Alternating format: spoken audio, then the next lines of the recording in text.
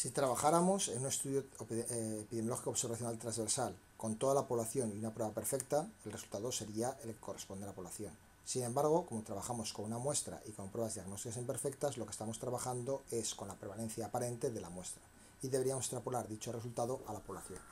Por eso, tenemos que tener en cuenta cómo influye el muestreo y la fiabilidad diagnóstica en el cálculo de resultados. En primer lugar, el tamaño de la muestra va a determinar los intervalos de confianza.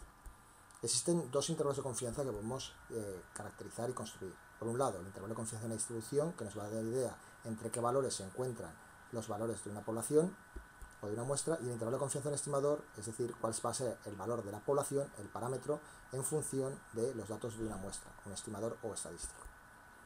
Para ello vamos a tener que utilizar la desviación estándar y el error estándar en el segundo caso, que es una que se calcula a partir de la desviación estándar y el tamaño de la muestra.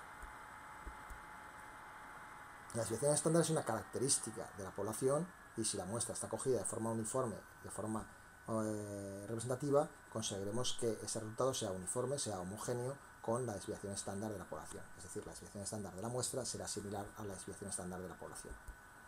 Una baja desviación estándar lo que nos indica es que la población, ese valor en la población es homogéneo, y una alta desviación estándar indica que dicho valor es heterogéneo. Es una característica descriptiva de la población estudiada. El error estándar está basado en el cálculo de desviación estándar partido por la raíz del tamaño de la muestra. Por lo tanto, para minimizar el error estándar tenemos dos estrategias. O bien reducir el tamaño, la desviación estándar, lo cual es imposible ya que es una característica de la población, y cualquier método que utilicemos para disminuir esta desviación estándar, por ejemplo, coger los animales que no se desvíen demasiado de la media, sería una alteración y un sesgo del muestreo.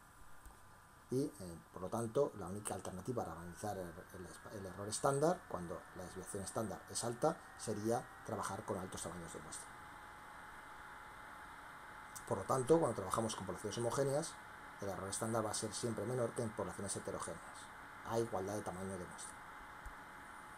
En el caso del intervalo de confianza del 95% de la distribución, lo que vamos a observar es que si sumáramos a la media una desviación estándar y le restamos una desviación estándar, el intervalo construido de dos desviaciones estándar entrarían entre sus valores el 68% de los valores de la población y de la muestra.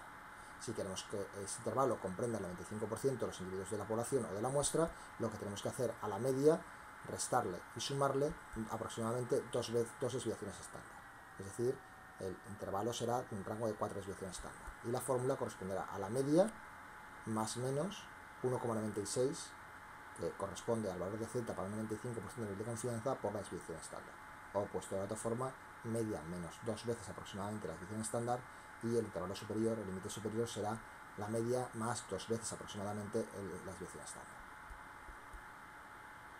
Con eso hemos construido dos límites superior e inferior donde van a estar el 95% de los individuos de la muestra o de la población.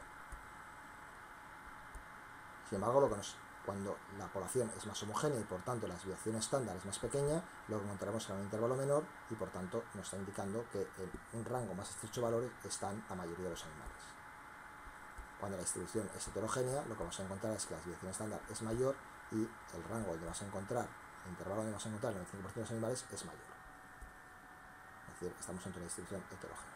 Son características de una determinada variable en una población. Y nos permite describir cómo se distribuye dicha variable en la población. Sin embargo, si el objetivo es estimar un promedio o una prevalencia, lo que hacemos es, sabemos el valor de ese promedio en la población, la media poblacional, que se expresa con la letra griega mu. Sin embargo, lo que nosotros estamos escogiendo una muestra donde estamos calculando un estadístico, que es la media muestral, que se denota con una X con una barra encima. También podemos calcular la desviación estándar de dicha muestra y el tamaño de la muestra. Por lo tanto, podríamos calcular el error estándar. Y calcular un intervalo de confianza, que sería la media más menos 2 veces el error estándar, teniendo en cuenta que dentro de este intervalo estará el 95% de probabilidad la media poblacional. Lo que estamos viendo es dentro de qué intervalo se va a encontrar con una cierta probabilidad la media poblacional. Recordemos que el error estándar es la desviación estándar partido por la raíz de n, es decir, el tamaño de la muestra. Si el tamaño de la muestra es pequeño, podría ser que la media poblacional no entra dentro de esos límites.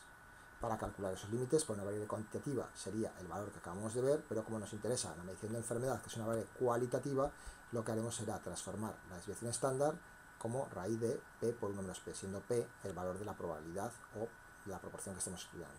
En este caso, la prevalencia, la morbilidad, la mortalidad o la letalidad. Y por lo tanto, la fórmula será la siguiente. Para un 95% de nivel de confianza, tomaremos una Z de 1,96. Desarrollando la fórmula, tendremos las fórmulas ampliadas donde se marcan el límite inferior y superior de ese intervalo de confianza del estimador, en el cual vamos a tener un 95% de probabilidades de encontrar el valor real de la población. Imaginemos que en una región vamos a hacer un estudio para diagnosticar la infestación por Itch, un parásito, en doradas. Y para ello hemos tomado una muestra de 600 doradas, donde hemos encontrado Itch en 80 de ellas.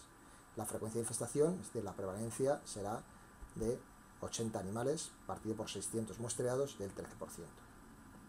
Esa será la proporción de individuos en la muestra que están infestados, es decir, la prevalencia de la muestra. Pero a nosotros nos interesa saber en la población cómo va a ser ese valor.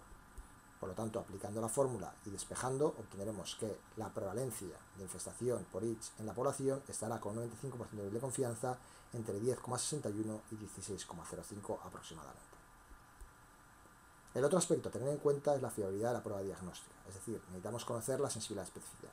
Si sabemos sus valores, recordemos que la sensibilidad estaba determinada por la probabilidad de que un infectado estuviera correctamente diagnosticado, es decir, verdaderos positivos por el total de falsos, por el total de infectados. Por lo tanto, la proporción de infectados, estábamos hablando sobre el total, sería la prevalencia real, mientras que la especificidad está relacionada con la probabilidad de que entre los sanos esté correctamente diagnosticado, verdaderos negativos partido por el total de sanos. Lo que nos interesa es conocer la prevalencia real, es decir, la proporción de infectados. Sin embargo, lo que estamos calculando a partir de los datos diagnósticos es la prevalencia aparente, la proporción de positivos en la muestra. Hay una forma de calcular, estimar la prevalencia real a partir de la prevalencia aparente, utilizando la siguiente fórmula. La prevalencia real será igual a la prevalencia aparente más la especificidad menos 1 partido por la sensibilidad más la especificidad menos 1. Hay que tener en cuenta que tanto la prevalencia aparente, la especificidad y la sensibilidad tienen que estar medidas como proporciones, es decir, valores entre 0 y 1. Muchas gracias por su atención.